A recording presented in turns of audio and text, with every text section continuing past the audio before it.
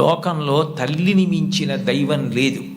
మీరు జీవితంలో ఎప్పుడైనా అమ్మ నువ్వేం చేశావని అడిగితే, మీరు అమ్మకి చెప్పలేని స్థితి కలిగితే, మీరు చేసిన పని మీ అమ్మగారికి మీరు చెప్పలేకపోతే అంతకన్నా ఆత్మద్రోహం ఇంకొకటి లేదు. మీరు ఏది చేసినా మీ అమ్మగారికి చెప్పగలగాలి. ఇది నేను మా అమ్మకి చెప్పలేను అన్న పని చెయ్యకండి. మీరు ఒకవేళ తప్పు చేసినా మిమ్మల్ని క్షమించడానికి సిద్ధంగా ఉండే మొదటి వ్యక్తి ఈ ప్రపంచంలో ఎవరైనా ఉంటే అమ్మే. అమ్మకి చెప్పకుండా ఉండకండి. అమ్మ ఒకవేళ మిమ్మల్ని దెబ్బలాడి ఇక పైన ఇట్లా చెయ్యకు అంటే ఇక మళ్ళీ ఆ తప్పు చెయ్యకండి.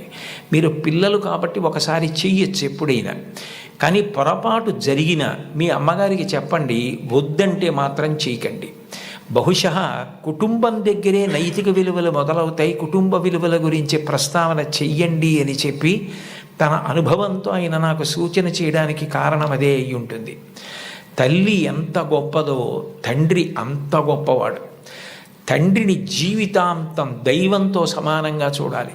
పితృదేవో భవ, భగవంతుడే తండ్రి రూపంలో ఉన్నాడు. వేదంలో, యజుర్వేదంలో అష్టమానువాకంలో రుద్రాధ్యాయంలో అంటారు, నమ శంకరాయ చ మయస్కరాయ చ నమ శివాయ చ శివతరాయ చ అని.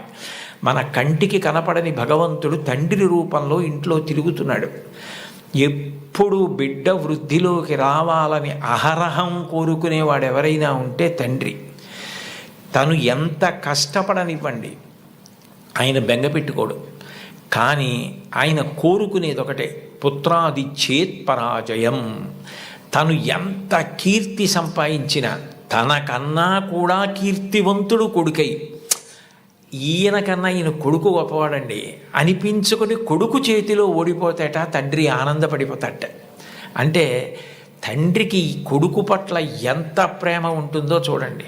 ఈ సందర్భం వచ్చింది కాబట్టి మీకు ఒక విషయం మనవి చేస్తాను. నేను ఒకప్పుడు విశాఖపట్నంలో ధర్మసోపానాల మీద ప్రసంగాలు చేస్తున్నాను. ఆ రోజుల్లో విశాఖపట్నంలో ఉన్న పాఠశాలల్లో ఉన్న విద్యార్థులకి మా నాన్నగారు అన్న విషయం మీద మాట్లాడమని వ్యాసరచన పోటీ నిర్వహించారు. వ్యాసరచన పోటీ నిర్వహిస్తే కొన్ని వందల మంది పిల్లలు పాల్గొన్నారు. అందులో 10 పేపర్లు చిట్ట చివర సెలెక్ట్ చేసి నాకు పంపించారు. ఇందులో ఫస్ట్, సెకండ్, థర్డ్ ప్రైజులు నిర్ణయించమని. నేను పేర్లు చూస్తే ఒకవేళ నాకు ఏదైనా పక్షపాతం కలుగుతుందేమో, సుశీల అని కనపడింది అనుకోండి, తెల్లవారుజామునే మా అమ్మ గుర్తొచ్చి మార్క్ ఎక్కువ వేస్తానేమో అని నేను పేర్లు చూడకుండా పేపర్లు దిద్ది మార్కులు వేసేసి తర్వాత పేర్లు చూశాను. చూస్తే నేను ఫస్ట్ ప్రైజ్ ఇచ్చినటువంటి వ్యక్తి ఒక మహమ్మదీయ బాలిక. నేనేం మార్చలేదు సుమండి, అట్లాగే ఇచ్చేసాం.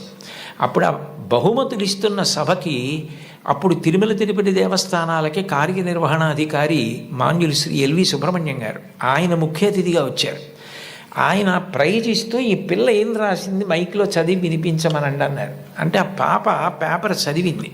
అందులో ఆమె ఏం రాసిందంటే, వాళ్ళ అమ్మగారు టీచరు, వాళ్ళ నాన్నగారు కూడా ఏదో ఉద్యోగం, ఆయనకి బ్లడ్ క్యాన్సర్ వచ్చింది, చూసుకోలేదు, ముదిరిపోయింది, 3 నెలల్లో చనిపోతారని చెప్పారు.